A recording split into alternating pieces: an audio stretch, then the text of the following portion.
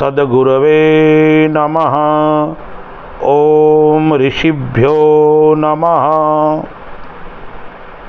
दर्शक मित्रों, ऋषि पंचमी पर्व के निमित्त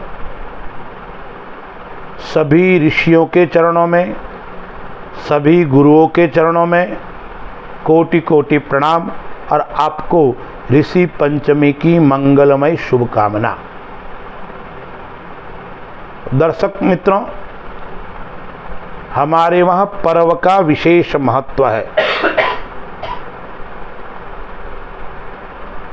जीवन में सुख, शांति, समृद्धि किस प्रकार से प्राप्त हो, तो पर्व मनाने से, व्रत करने से, उत्सव करने से सुख और समृद्धि की प्राप्ति होती है। ऋषि पंचमी शब्द से ही मालूम पड़ता है ऋषियों का पर्व, और यह पर्व पुरुष भी करते हैं और स्त्रियों के लिए यह विशेष पर्व है। ज्ञात और अज्ञात यानी जानते हुए या बिना जानते हुए आपने किसी भी प्रकार का पाप किया है तो ऋषि पंचमी को पूजन तर्पण करने से वो समाप्त हो जाता है। और जो महिलाएं हैं, स्त्रियां हैं, रजस्वाला धर्म में जब महीने में 3 दिन आती है तब कई प्रकार का दोष लगता है। कहाँ स्पर्श करना चाहिए, कहाँ स्पर्श नहीं करना चाहिए, इस प्रकार की बातें सब लोगों को पता भी नहीं होता है और उसके कारण स्पर्श दोष भी लगता है। क्या करना चाहिए रजस्वाला धर्म में, ये बहुत बड़ा विषय है। इसका वीडियो भी मैं बना के डालूंगा।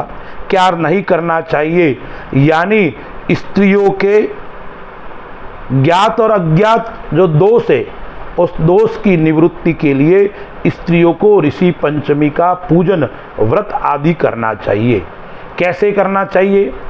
पहले तो ये ऋषि पंचमी है कब आती है? तो प्रत्येक वर्ष भाद्रपद मास शुक्ल पक्ष और पंचमी तिथि गणेश चतुर्थी के दूसरे दिन जो तिथि आती है उसको कहते हैं ऋषि पंचमी। इस वर्ष 2024 में कब है? 8 सितंबर 2024 रविवार के दिन ऋषि पंचमी है। अब इसका पूजन आदि कैसे करना है तो शास्त्रकार में बताया है, शास्त्रों ने इसका निर्देश दिया है कि स्त्रियों के लिए अपामार्ग आता है उससे दातुन करना चाहिए, फिर मिट्टी से स्नान करना चाहिए। मृत्तिका हरमे पापम, सभी प्रकार का जो पाप है वो मिट्टी से स्नान करने से होता है। मिट्टी पूरे शरीर पर लगाकर फिर जलाशय में स्नान करना चाहिए। उस समय सभी तीर्थों को प्रणाम करना चाहिए, सभी नदियों को प्रणाम करना चाहिए। गंगा, यमुना, नर्मदा, कावेरी, सरयू, सरस्वती आदि नदियों को प्रणाम करना चाहिए, फिर स्नान करना चाहिए। शुद्ध वस्त्र आदि पहनना भी चाहिए। स्नान के पश्चात तर्पण कर सकते हो तो आपको तर्पण भी करना चाहिए, और स्नान आदि करके शुद्ध वस्त्र आदि धारण करके अष्टदल बनाकर चौकी के ऊपर सुंदर जगह के पर और 7 ऋषियों का पूजन करना चाहिए। और साथ में वशिष्ठ की धर्मपत्नी अरुंधति है, उनका पूजन करना चाहिए। कौन से ऋषि है? ओम कश्यपाय नमः, यानी कश्यप ऋषि। मैं साथ में आपको नाम संस्कृत में बोल रहा हूँ। फिर अत्रि, ओम अत्रये नमः। फिर भारद्वाज, ओम भारद्वाजाय नमः। फिर विश्वामित्र, ओम विश्वामित्राय नमः। फिर गौतम, ओम गौतमाय नमः।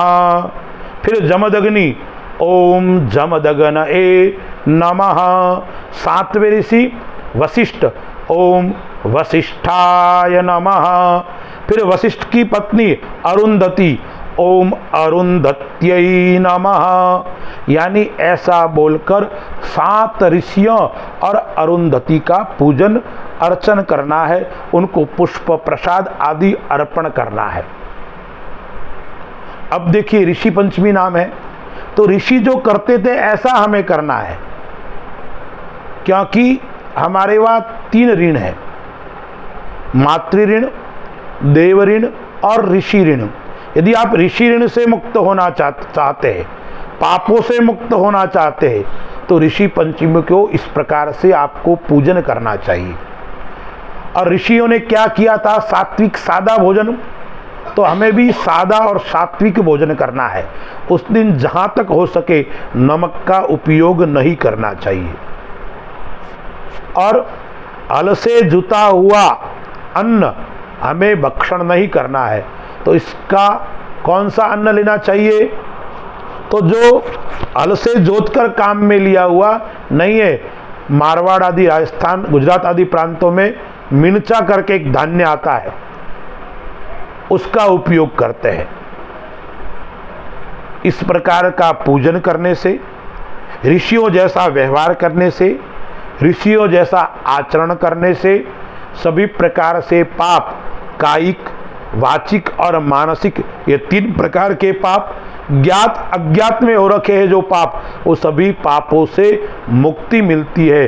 तो यह व्रत स्त्रियों को विशेष करना ही चाहिए, क्योंकि जीवन के अंदर प्रत्येक माह 3 बार रजस्वाला 3 दिन रजस्वाला स्त्री होती है, उसमें कई प्रकार के पाप लगते हैं। उस पाप से समाप्त होने के लिए ऋषि पंचमी का व्रत, पूजन आदि करना चाहिए। अस्तु। जय श्री राम।